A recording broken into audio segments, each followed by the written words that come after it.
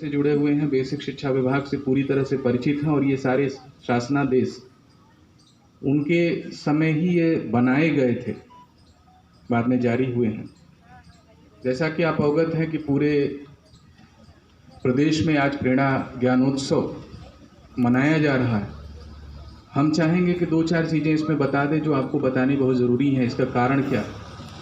Covid की वजह से हमारे यहाँ विद्यालयों में सामान्य ढंग से शिक्षण नहीं हो पाया, बच्चे शिक्षण नहीं ले पाए और प्राथमिक विद्यालयों के बच्चों के पास संसाधनों की कमी होती है।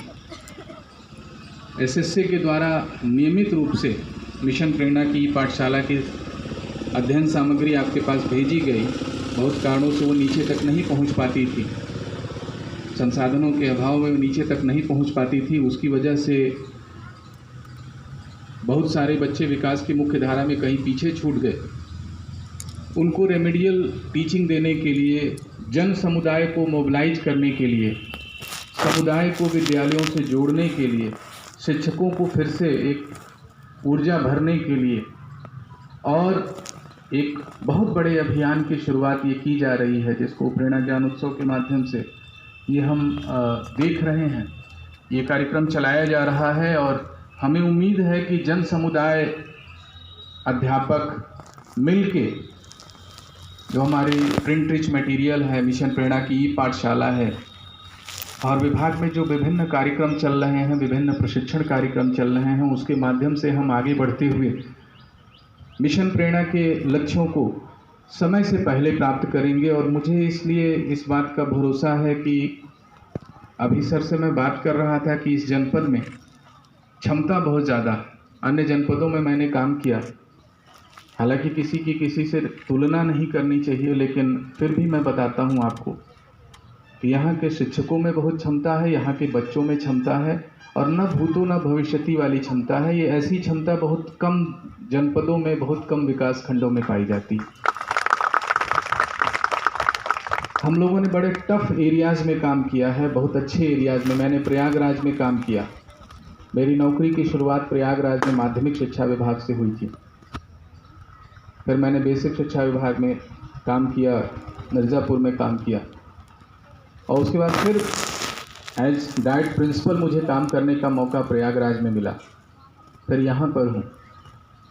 बलिया में एक लंबा समय मेरा बीता शिक्षा विभाग में।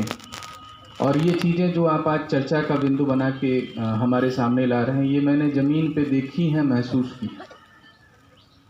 पिछले 3-4 सालों में जो परिवर्तन हुआ, इन परिवर्तनों का साक्षी मैं रहा। नीति निर्धारण में और पॉलिसी के एग्जीक्यूट करने में हम लोग इसके भागीदार रहे। हम सौभाग्यशाली हैं कि हमें वो मौका मिला। जब मैंने इस जनपद में कार्यभार ग्रहण किया था तो मुझे बताया गया कि बड़ा टफ जनपद है सर। पूरे प्रदेश भर में बलिया, जौनपुर और गोंडा, 3 की बड़ी अच्छे शब्दों में तारीफ होती है। मुझे डराया भी गया कि बड़े खतरनाक लोग हैं वहाँ पे, बड़े डेंजरस टाइप के लोग हैं यहाँ, अध्यापक भी बड़े खुराफाती। तो मैंने फिर उन लोगों से यही बताया कि भाई बलिया की पैदाइश है और मिर्ज़ापुर में काम कर चुका हूँ, जो जौनपुर का छोटा भाई है। जौनपुर आ ही गया हूँ, कोई बहुत ज़्यादा दिक्कत नहीं आनी चाहिए। सौभाग्य रहा, बड़े अच्छे लोगों का साथ मिला मुझे।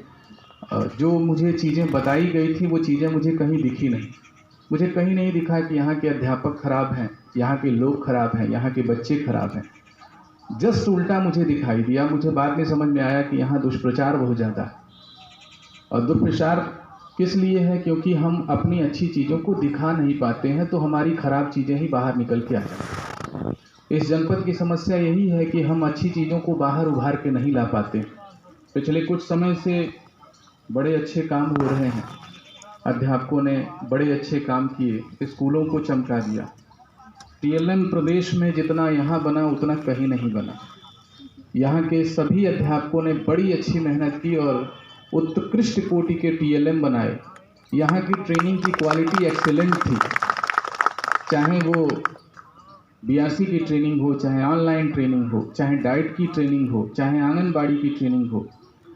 हर पैरामीटर पे यहाँ के शिक्षकों की बहुत बड़ी भूमिका रही है। यहाँ ऑनलाइन क्लासेस, मुझे ये कहने में गुरेज नहीं है, हमने प्रचार नहीं किया, मोहल्ला कक्षाएं पूरे प्रदेश में सर सबसे ज़्यादा हमारे यहाँ चली। हम शांति से काम करने में विश्वास करते हैं। मेरा उद्देश्य ये रहता है कि अगर